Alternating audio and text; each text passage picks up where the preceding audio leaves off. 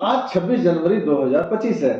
देश अपना 76वां गणतंत्र दिवस मना रहा है। इस अवसर पर सारे देशवासियों और खासकर सो सिंपल ट्यूटोरियल के व्यूअर्स को मेरी शुभकामनाएं।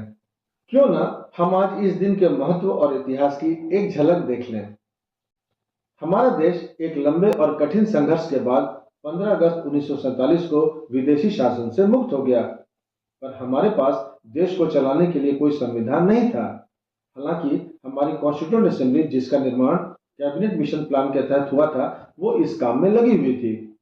इस सभा के गठन के लिए जुलाई 1946 में चुनाव हुए थे और इसकी पहली बैठक 9 दिसंबर 1946 को नई दिल्ली में हुई थी।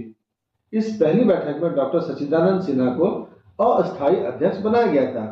11 दिसंबर 1946 को डॉक्टर राजेंद्र प्रसाद को संविधान सभा का स्थायी अध्यक्ष चुना गया। संविधान सभा ने संविधान निर्माण के लिए कुल 22 कमिटीज बनाई थी।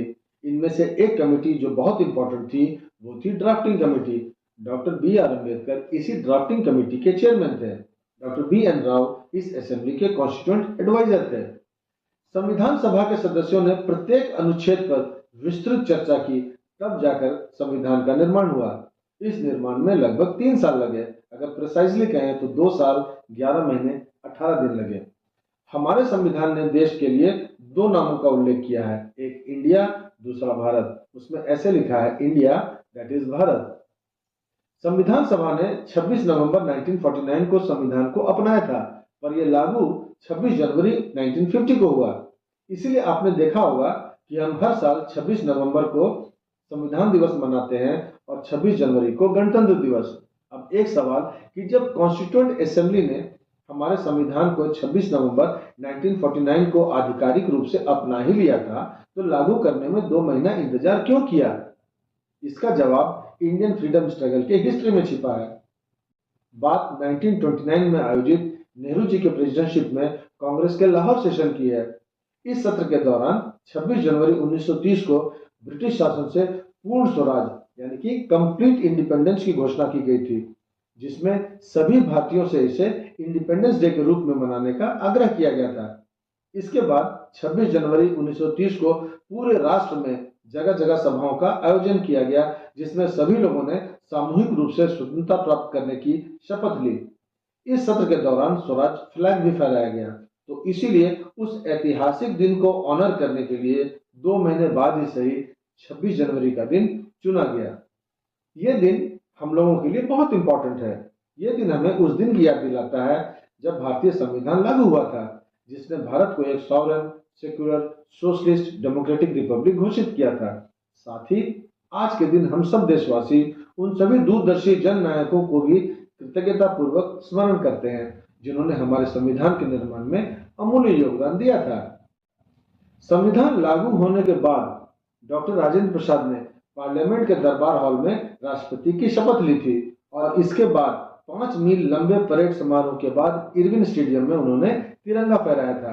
आज का दिन नेशनल हॉलिडे होता है और देश के विभिन्न भागों में ध्वजारोहण समारोह, आर्म्ड फोर्स और स्कूली बच्चों द्वारा परेड भी आयोजित की जाती है। पर मेन अट्रैक्शन तो दिल्ली के कर्तव्य पथ पर आयोजित परेड है। शुरू में 1950 से 1954 तक ये अलग अलग जगहों पर आयोजित की जाती थी। साल 1955 में ये परेड राजपथ पर आयोजित की गई थी। तब से वहीं परेड की परंपरा चल पड़ी है। उस समय राजपथ को किंग्स वे के नाम से जाना जाता था। अब राजपथ का भी नाम बदलकर कर्तव्य पथ कर दिया गया है। हर वर्ष परेड के लिए किसी फॉरेन डिग्निटरी को गेस्ट के रूप में इनवाइट किया जाता है। 1950 में पहली बार इंडोनेशिया के प्रेसिडेंट डॉक्टर सुकार्नो पहले गेस्ट थे। पिछले साल 2024 में गेस्ट फ्रांस के प्रेसिडेंट इमैनुअल मैक्रोन थे। इस परेड की शुरुआत राष्ट्रपति के आगमन के साथ होती है, जिसके बाद राष्ट्रपति के घुड़सवार अंगरक्षक भारतीय तिरंगे को सलामी देते हैं। इस समय नेशनल एंथम बजाया जाता है और राष्ट्रीय ध्वज के सम्मान में 21 तोपों की सलामी दी जाती है। उसके बाद शुरू होता है आर्म फोर्सेस का मार्च पास्ट, जिसमें इंडियन आर्मी, एयरफोर्स और नेवी के जवान भाग लेते हैं। एयरफोर्स के जहाजों का फ्लाई पास्ट भी होता है। अलग अलग राज्यों की झांकियां भी दिखाई जाती है। तो इस तरह एक तरफ देश की समृद्ध सांस्कृतिक विरासत, तो दूसरी तरफ सैन्य शक्ति का प्रदर्शन होता है। हर साल भारत सरकार इस सेलिब्रेशन के लिए एक थीम तय करती है। इस वर्ष के रिपब्लिक डे सेलिब्रेशन का थीम है स्वर्णिम भारत, विरासत और विकास, जो कि भारत के रिच कल्चर और हेरिटेज और इन वर्षों में इसकी प्रगति पर केंद्रित है। रिपब्लिक डे सेलिब्रेशन 3 दिनों तक चलता है। यह समारोह 26 जनवरी को शुरू होता है और हर वर्ष विजय चौक पर बीटिंग रिट्रीट सेरेमनी के साथ 29 जनवरी को खत्म होता है, जिसमें आर्मी, एयरफोर्स और नेवी द्वारा बैंड परफॉर्मेंस किया जाता है। इस समारोह में बैंड मास्टर राष्ट्रपति के पास जाते हैं और बैंड वापस ले जाने की अनुमति लेते हैं। इस समारोह का समापन सारे जहां से अच्छा की धुन के साथ होता है। इस तरह गणतंत्र दिवस समारोह समाप्त होता है। तो ये था रिपब्लिक डे की एक झलकी। आशा करता हूँ कि आपको अच्छा लगा होगा। अब मिलते हैं अगले किसी वीडियो में किसी और टॉपिक के साथ। तब तक अपना ख्याल रखें। जय हिंद।